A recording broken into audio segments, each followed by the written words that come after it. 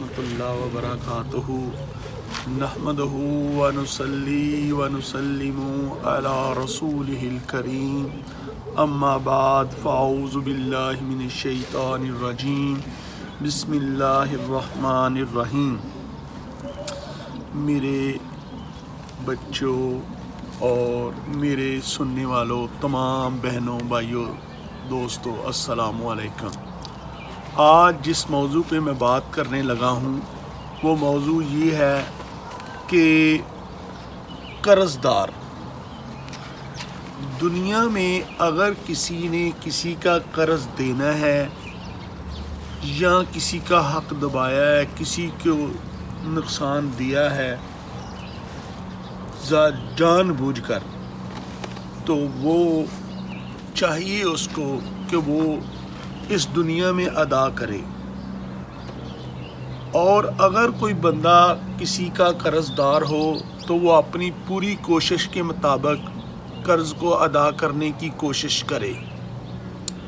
अगर खुदा न खास्ता वो पूरी कोशिश करता है और उसकी कोशिश की करने की वजह से पूरी कोशिश करता है और ऐसा वक़्त आता है कि वो ज़िंदगी उसके साथ वफ़ा नहीं कर पाती, तो आखिरत में उस बंदे को जिसका उसने कर्ज़ देना है, दो सूरतें हैं कि कोशिश उसने की, पूरी कोशिश की, अल्लाह पाक माफ़ फरमा देंगे, अल्लाह पाक उसकी हेल्प कर देंगे।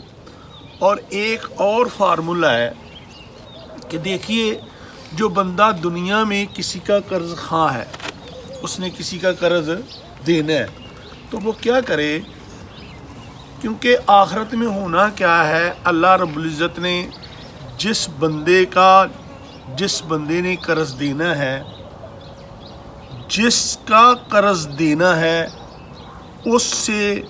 उसको जिसने कर्ज़ देना है, जिसने कर्ज़ देना है, उसकी नेकियां दूसरे बंदे के पलड़े में डाल दी जाएंगी जिसका उसने कर्ज़ देना है। क्योंकि आखिरत में तो दुनिया के माल तो होना नहीं है, तो इसलिए एक फार्मूला है कि आप क्या करें या कोई भी क्या करे कि दुनिया में ही जिसको कर्ज़ देना है उसके लिए हम इसाले सवाब करते जाएं। मिसाल के तौर पे कोई भी दुआ पढ़ें तो उस बंदे को कहें, या अल्लाह इसका सवाब मैं फ़लाँ बंदे को करता हूँ जिसका मैं कर्ज़ खाऊँ, जिसको मैंने कर्ज़ देना है, जिसका मैंने पैसे देने, तो उसको मैं ये सवाब देता हूँ। तो क्या होगा, जब क़यामत के दिन वो बंदा मुतालबा करेगा तो उसको तो जो नेकियां दुनिया में मिल चुकी होंगी, तो वो आखिरत में अल्लाह से राज़ी खुशी, अल्लाह पाक उसका निज़ाम बना देंगे, वो बंदा राज़ी खुशी उस बंदे को मिलेगा।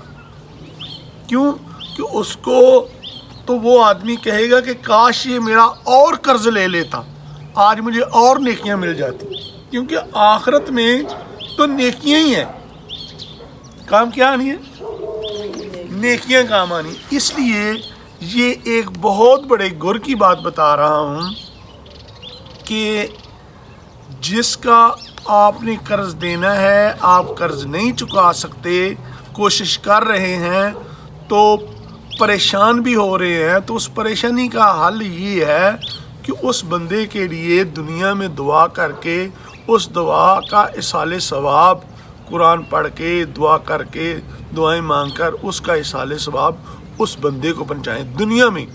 और इसाले सवाब ये ज़रूरी नहीं है कि ये सिर्फ़ उस बंदे को मिलता है जो बंदा फौत हो चुका है। अगर कोई ज़िंदा है, ज़िंदगी में भी अबू बकर, उमर, उस्मान, आप दुआ करते हैं, मिसाल के तौर पे आप सुबहान अल्लाह सुबहान अल्लाह सुबहान अल्लाह कहते हैं, अल्हम्दुलिल्लाह अल्हम्दुलिल्लाह कहते हैं, और कहते हैं कि या अल्लाह इसका सवाब मैं हदिया करता हूँ अबू बकर को, तो अल्लाह पाक अबू बकर के ख़जाने खाते में वो डाल देंगे। जैसे कि उमर कहता है कि मैं उस्मान के खाते में डालता हूँ, उस्मान कहता है कि मैं अबू बकर को ये हदिया करता हूँ, तो उसको मिल जाएगा। ये अल्लाह रब्बुल इज़्ज़त का निज़ाम है। ऐसे ही जिसका आपने कर्ज़ देना है उसके लिए दुआ करें या कुरान पाक की तिलावत करें, कुछ भी नेक काम करें, तो उसको ये بخش دیں. روزہ رکھیں تو نفلی روزہ تو کہیں یا اللہ اس نفلی روزے کا ثواب میں اس کو دیتا ہوں. تو یہ کریں گے نا انشاءاللہ. جی. آپ کو بات سمجھ آئی ہے؟ جی. ہاں جی. کیا بات سمجھ آئی عمر آپ بتاؤ ذرا.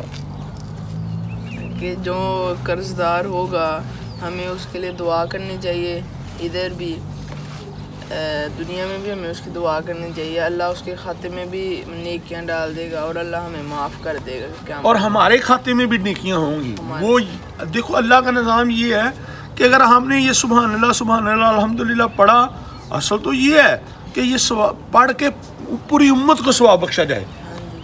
دیکھو جب پوری امت کو ثواب بخشیں گے تو اس کا ثواب ہمیں بھی ملے گا اور پوری امت کے لوگوں کو بھی ملے گا. تو اللہ کا یہ نہیں ہے کہ اگر ہم نے ثواب بخشا تو ہمارا ختم ہو گیا اور اس کو مل گیا. نہیں, ہمیں بھی اللہ پاک دیں گے اور ان کو بھی دیں گے. تو ایسے کریں گے انشاءاللہ. آمین ثم آمین.